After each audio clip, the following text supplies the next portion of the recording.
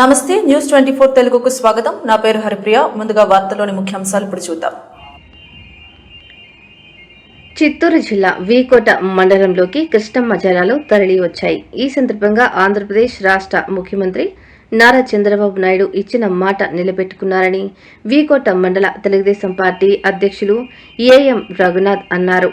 ఈ కార్యక్రమంలో cluster incharge are Rambabu మరియు మండలంలోని తెలుగుదేశం పార్టీ ముఖ్య నాయకులు హాజరై రాష్ట్ర ముఖ్యమంత్రి చంద్రబాబుకు ధన్యవాదాలు తెలియజేశారు.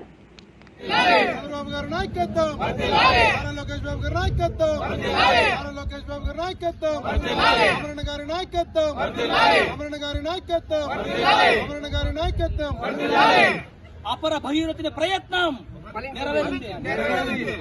అపర భగీరథ ప్రయత్నం అపర భగీరథ ప్రయత్నం మన ప్రాంత కళ మన ప్రాంత కళ మన ప్రాంత కళ.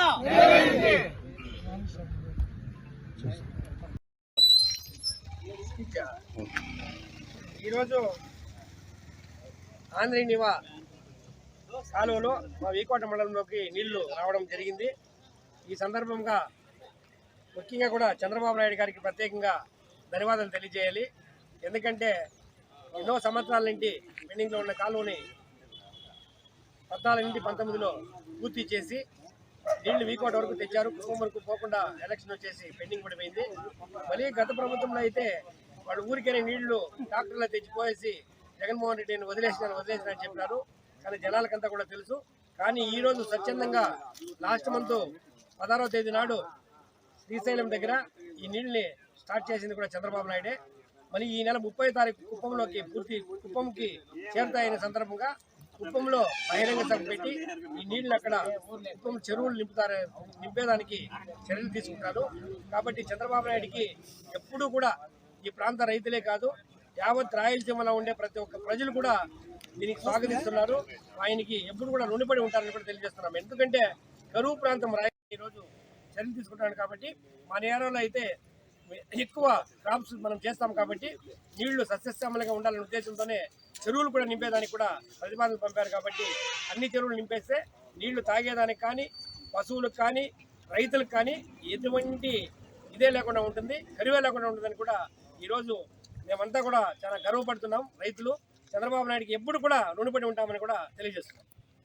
గతంలో కూడా మన 14 నుంచి 19లో మన చంద్రబాబు నాయుడు గారు ఎంతో ఇదిగా ఈ కాలువను పూర్తి చేయాలని కూడా చేశారు.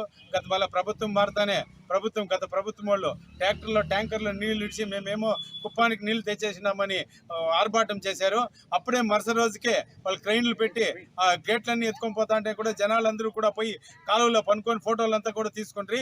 ఇదే ఈ ప్రభుత్వం చేస్తా ఉండేది వైఎస్ఆర్ ప్రభుత్వం అని. ఈరోజు మేము చంద్రబాబు నాయుడుకి ఎంతో రుణపడి ఉన్నాం. ఈ ప్రాంతం 1500 అడుగులు వేస్తే కూడా నీళ్లు మాకు బోర్లో రాకుండా ఉండి ఎంతో ఇబ్బంది పడతా ఉంటారు.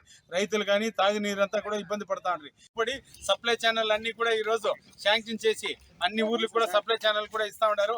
అవన్నీ కూడా మనం కుప్పం దగ్గరికి పరమ సముద్రం దగ్గరికి 29వ తేదీ సీఎం గారు వస్తా ఉన్నారు. ఆ రోజు ప్రారంభ చెరువు నింపుకుంటూ లాస్ట్ అది పరమ సముద్రం చెరువు కుప్పంలో ఆ చెరువు నింపుకొని అన్ని చెరువులు కూడా మన మండలాలన్నీ కూడా సప్లై ఛానల్ లింకులు ఇస్తా ఉన్నారు. అవన్నీ నిండు